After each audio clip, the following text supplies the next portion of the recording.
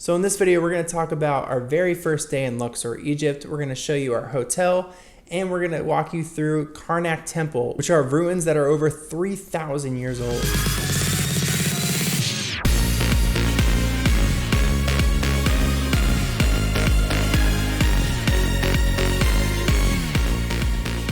Because we were going to have Sadie with us, that determined the way that we planned a lot of our trip. So, for example, the hotels that we stayed at, we had to make a point to only book hotels that would have pack-and-plays and cribs, which is actually a lot harder than you would think. I don't know, maybe it's just Egypt, but it's harder than you would think. Yeah, I emailed every single hotel that we were potentially going to stay at to make sure beforehand that they had a crib. And the first one did not have a crib, even though they said they did. They had a small bed. So they had a little rollaway bed, which they passed off as a crib for some reason.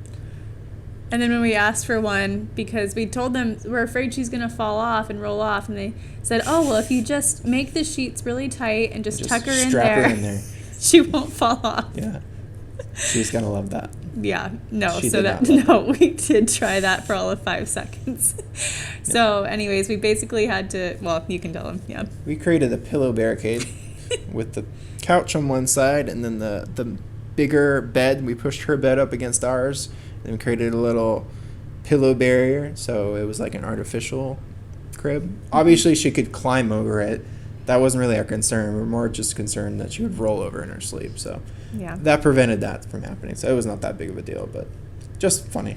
First of all, that was in the Steigenberger Nile Palace in Luxor. You got a name drop. Huh? I am. Okay. Well, I'm really happy with that hotel. It was really good. That was a huge relief to be staying in such a nice hotel.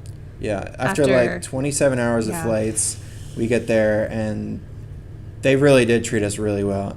I don't know if it's because they've had like less tourists coming in or whatever it was, but they rolled out the red carpet. They like showed us to our rooms personally. They're like, oh, we upgraded you for free, and here's this beautiful room, and we gave this awesome, beautiful, giant balcony with an amazing Nile view.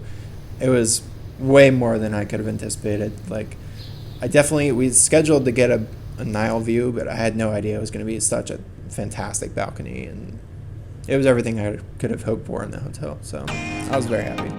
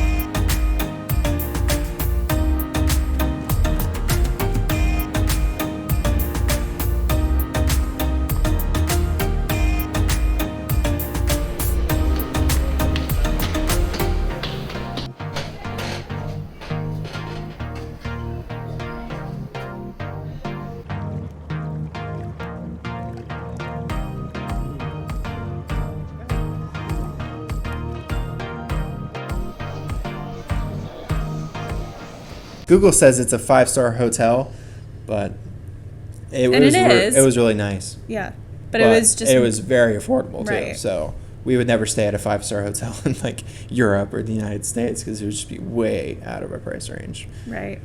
But And it was nice because so much of being in Egypt is outside of our comfort zone. It was nice to come back at the end of the day. Whose Yeah, comfort zone? my comfort zone. A lot of it was out of my comfort zone. So it was nice to come back for naps or at the end of the day to just a nice, comfortable environment. Anyways, they were really great. Why were you so out of your comfort zone? So we've been talking about this and why I felt some culture shock coming to Egypt. But before coming here, in my mind, I thought Egypt was a much more developed country than it actually is. And I think I kept forgetting that, Egypt is a part of Africa and Asia. But it's a part of Africa. So when you see videos or pictures of things that happen in Africa, that's a lot closer to Egypt than, I guess, what I was thinking, because Egypt is such a tourist destination. I thought maybe it would be more built up, more modernized, and it's just not. Yeah, I don't know if I saw it that way. I think Egypt is very distinct from the rest of the continent, but not from that standpoint necessarily, not just economically tied to them. But I think Egypt is very distinctly a Middle Eastern country. It's Arabic, that's the language that's spoken in Egypt. It's, you hear the calls to prayer throughout the day. I mean, you'll see the religious garb that most everyone wears. Yeah. Most of the women wear, the hijab and things like that. But we never been to an Islamic country. That part I was expecting, but what I wasn't expecting was, first of all, for main roads to be shared by cars and donkeys and toddlers on motorcycles. I just didn't expect that. I thought it would be crazy traffic, but I thought it would just kind of be cars. So the donkey really caught me off guard.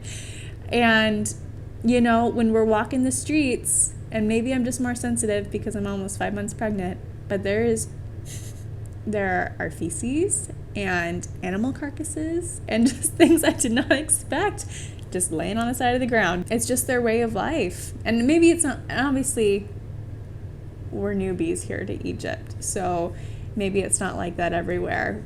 I will say I don't think I was quite as surprised as you are. So I didn't really experience that much of culture shock. I don't know. For those of you who don't know, Luxor was one of the capitals of ancient Egypt. So there is a lot of history in Luxor. And I was actually looking forward to Luxor the most of any of the cities, mainly because of its historical sites. In Luxor, there's several temple complexes that are just astoundingly well preserved. And they're all well over 3,000 years old. It happened in the Middle Kingdom of ancient Egypt. So there's the Luxor temple, and then there's the Karnak temple complex. The first day, we tried to go to the Luxor temple, but... Keyword tried. Yes. So we walked to where the signs pointed us to Luxor temple, only to find that the main road where you can see the temple from the street looks great, but there's not an entrance on that entire side. And there's this walkway, it's called the Avenue of the Sphinxes, that connects Karnak to Luxor temple, and it goes the entire way.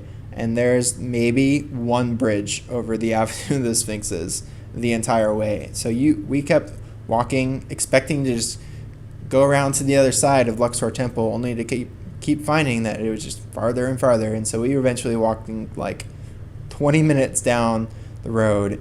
It's like 10 in the morning, and it is so blistering hot already.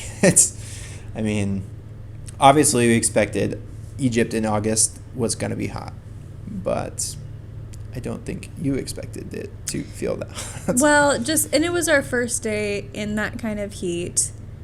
We like to think that we're pretty tough travelers. We also had to do the trip at this point in time of the year, even though we knew it was one of the very hottest times of the year in Egypt, but due to lots of other scheduling things, we had to do it then. And it was cheaper. And it was cheaper. Because no one wants to go to Egypt in the summer. Because that's crazy. Correct. It is crazy. Don't do it.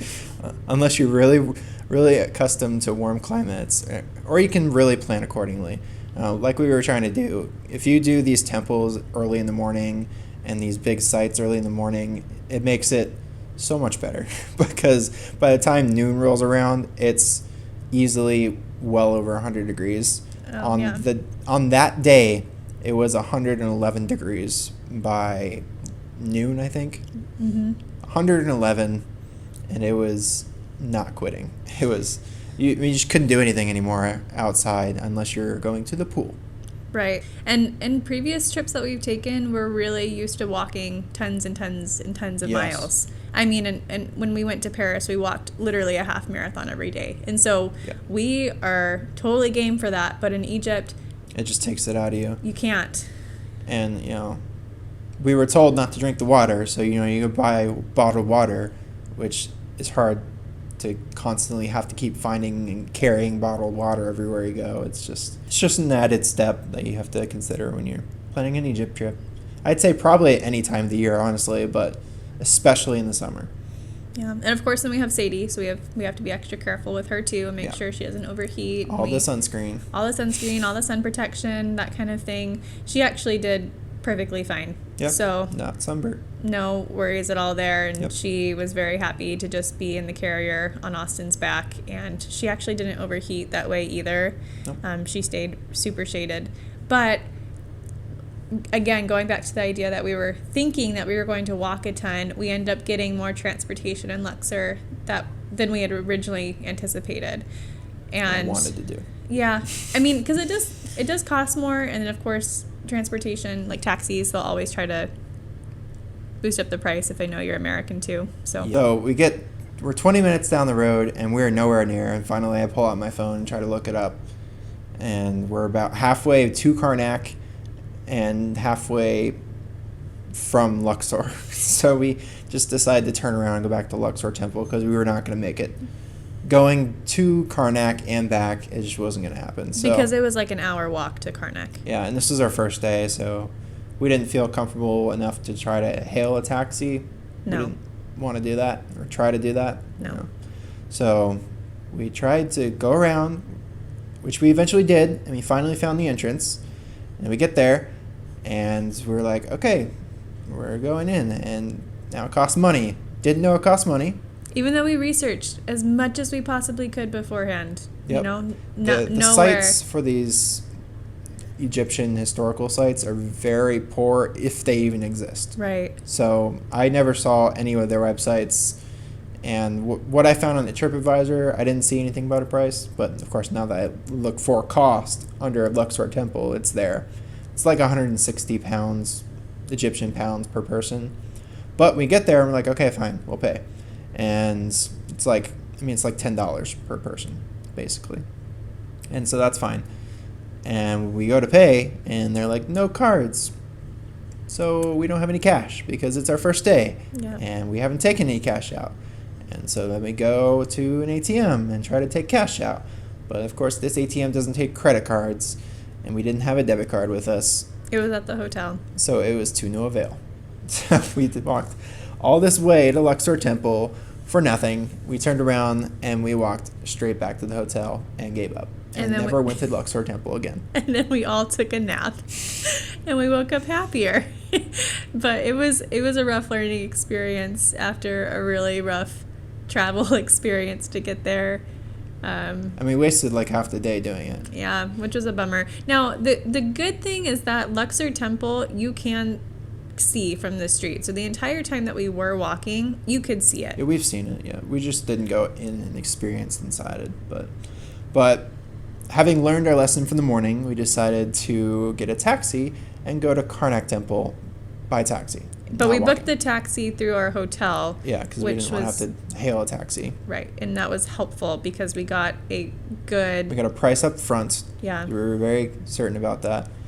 Egypt has this culture of people really, it kind of feels like they're trying to take advantage of the wealthy tourists and the Americans and things like that. And they're ripping you off. But it's hard sometimes for Americans because we're like, well, $20 sounds okay for a taxi ride, but that's way overpaying for Egyptian prices. So it's like you don't want to get ripped off, but you're like, well, it's not that big of a deal for us, $20 or whatever. But I don't know. For me, it's like the principle. I don't want to get ripped off because I want a fair market price. And so whenever you go to buy almost anything in Egypt, the first price they tell you is complete nonsense. It is just way highball. It's crap. They want you to negotiate. It's just part of the culture. And so you can come back with some absurd low number too. So like, do your research and try to understand what are fair prices for things. For instance, we contacted a hotel early on and got a list of consistent, like, fair market value prices for taxis to certain locations in the city. And so that was very, very helpful for us because we knew we weren't ripping the taxi driver off, and he also wasn't if he tried to ask for more money. So, and I think booking through the hotel helped us with that too because our guy wasn't too bad. He asked for more money at the end, which was kind of annoying because the first day he was like, name your price, I'll do whatever. And then we paid exactly the fair market price on that list that we found. And he was like, oh, that's and then he wanted 200 pounds more. Oh, I was like, okay, man, that's... But, so, what I will say, going off of the prices thing, is you can... if the prices are not marked, then that's when bargaining is involved. Yeah. But when you go to, like, restaurants or some stores will have prices catered marked. to foreigners Right. that don't like haggling. You'll see sometimes in some stores, they'll say no haggling because they know foreigners hate it. So they'll mark up the prices already. So you're paying more, but you don't have to go in there and like do this whole back and forth negotiation thing. So it's up to you, your preference. Like when we went to the grocery store, we went to one of those grocery stores because I didn't want to haggle over the price of water. So we knew we first price checked other places too to see if it was at least an okay price for certain things like water, and it was. So we were just happy to pay a little bit more for water. It ended up being like 30 cents for a liter and a half. So, I mean, I'm okay with that. Yeah. I know it's not what Egyptians pay, but £5 for a liter and a half of water was perfectly fine. Right. But on the other hand, because our suitcase has not arrived, we had to buy some clothes. Yeah. Basically, we each got an outfit and a swimsuit. And so, but that was an experience in bargaining and haggling, naming a price, coming back with a different price, that kind of thing. Yeah. It was an interesting experience because, we go to some of these shops and we didn't go to like strictly foreigner shops. It was close-ish to the tourist part of town, but it was far enough away that they didn't really expect tourists to be walking in. So a lot of these stores, like, a lot of people didn't know English at all, and some of them like really wanted to go get a translator for us, and some of them just tried to figure it out with us, and we would just point and ask things, and it worked out somehow. But yeah, it wasn't too bad. But it was an exercise in negotiation for sure. But it was also funny to watch, to Sadie interacting with the random people. Some of these shops have like their kids in the shops with them, and so like she'd play with them, and it was funny. Eat their chips with them. Yeah, she stole these kids' chips. They offered them to her, but I felt bad. I'm like, don't take that child's food.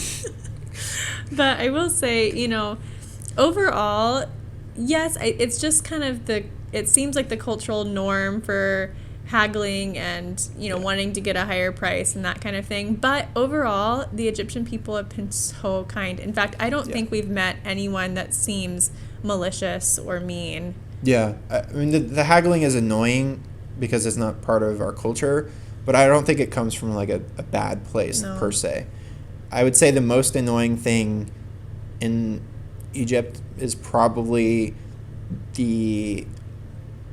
I would say for me, the most annoying thing that I've encountered in Egypt as far as the people go are just the people sitting outside of big tourist areas trying to get you to buy stuff. So like kind of like how Disneyland filters you through a gift shop right before or after a ride. They do the same thing.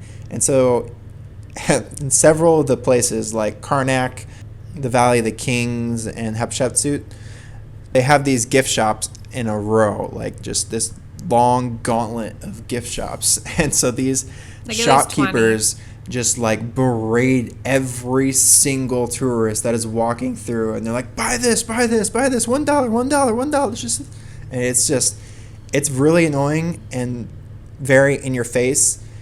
And I know for a lot of people it feels rude to ignore somebody that's literally looking you in the eye and talking to you, but for me it was just the best strategy. Just ignore them and just keep walking.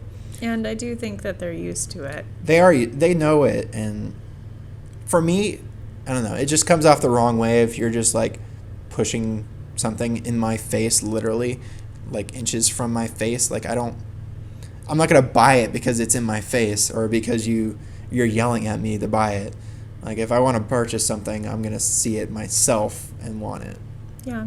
But again, like that's just kind of how they do what they do and how they make their living. Yeah. After learning our lesson, our very hard lesson, the first half day in Luxor, like Austin said, we decided to get transportation and we went to Karnak.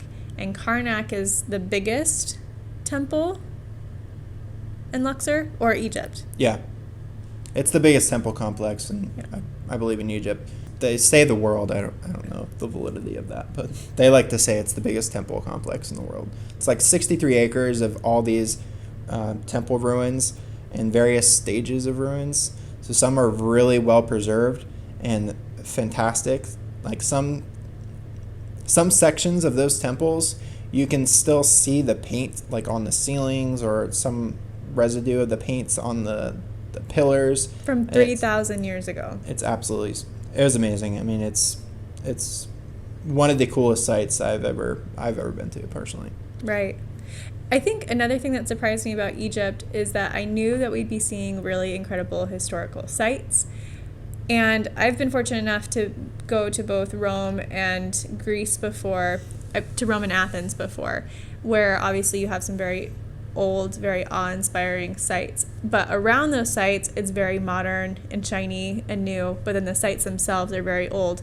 But in Egypt, it seems like the sites are very much still a part of their culture and their surroundings. So it doesn't feel as modern. So you really do feel like you're stepping back in time. Yeah, that's a good point. And it's pretty incredible. Yeah, I would say it's a transcendent experience. Right. I mean, you stand in there, and it kind of just being in Karnak Temple erased all the craziness of the travel, of that first half of the day, because you realize that you are having a once-in-a-lifetime experience standing in this very ancient but important historical site.